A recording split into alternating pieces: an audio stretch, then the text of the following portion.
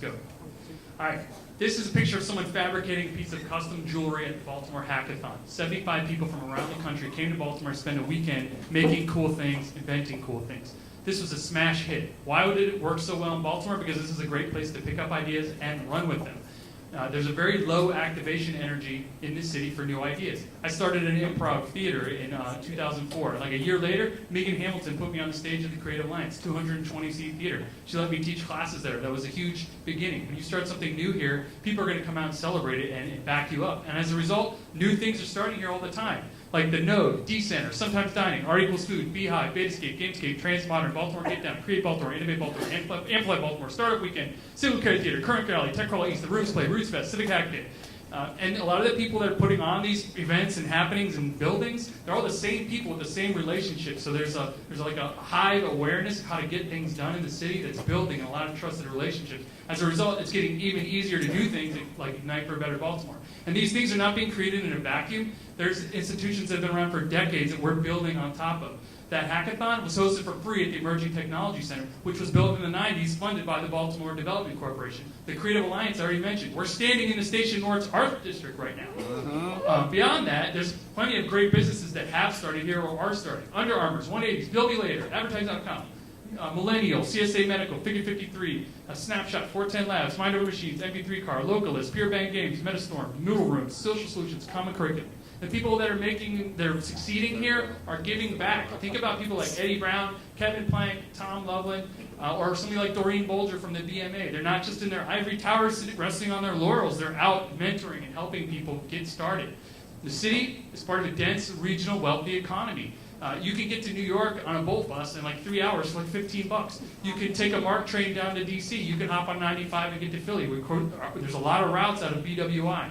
It's a big city. Big enough to support subcultures. Whatever weird thing you're into, you can find an audience for it. If you want to dress up like a vampire all weekend and do live action role playing, you can find that here. People will pay money to be part of that, and this can be your first market to get something started. There's 3 public radio stations. There's a newspaper. There's an alt weekly. There's Be More Media. There's News Trust. There's Investigative Voice, Baltimore Brew. Urbanite, 3 city magazines, and they will write about you if your thing is remotely newsworthy. Also, there's a lot of people that are very savvy at organizing through social media. That's actually kind of a weakness in that we tend to neglect the people who are not involved in Twitter and Facebook and things like that. We need to get back to that. This is a hotbed of for experimentation. Have you ever had ice cream at Sylvan Beach? Have you ever been to a Be More Smart meeting or a Net Squared meeting? Did you know we passed that Benefits Corporation law at the last Annapolis session? Social entrepreneurship is thriving here. The city offers all kinds of ways of living here, and that attracts creative people. You can live very close to the bone very cheaply here, or you can live a little more family, comfortable lifestyle like I have. I'm not saying it's perfect and that it's super cheap or anything, but there's options here, and that's really healthy. You cannot have a car here. This is not some kind of public transit Valhalla, but you can get away with it if you're willing to make some sacrifices. Yeah. We have the circulator buses, the light rail. We have buses.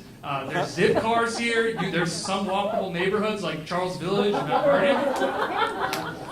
This is a place where weirdos and renegades and pioneers feel comfortable. Good ideas do not occur to staid, mainstream people that are completely in their box. They tend to occur to people that are on the fringe. And the fringe people, this is where John Waters lives. I mean, it's awesome. And the kinds of people that are making these changes, they also like the fact that there's world-class culture here. You got the AVAN, you have the BMA, you have the Walters, you have Center Stage, and the opera's coming back, and the symphony is here, and there's also like Single Carrot and Mobtown Modern. I'm challenging all the people that come to events like this to divert some of your energy into figuring out ways to build wealth. We need to get people back to work in the city, making things, creating things, like I alluded to at the beginning. I have some ideas about how to do that. Think about the way that the Baker Foundation, what kind of an outsized impact they're having by giving away those artist awards. By investing in individual artists, they're actually doing a lot to buoy up all artists and the arts.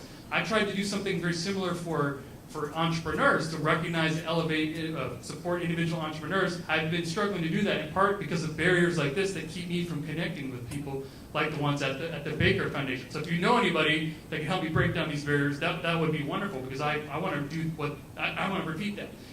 For me, what this all means is I'm trying to harness some of the ideas and the energy that I get from attending events like this into starting businesses so I can pay taxes in the city and I can employ people and contribute to civic life. And what does it mean for you? That's what I want to know. Thank you.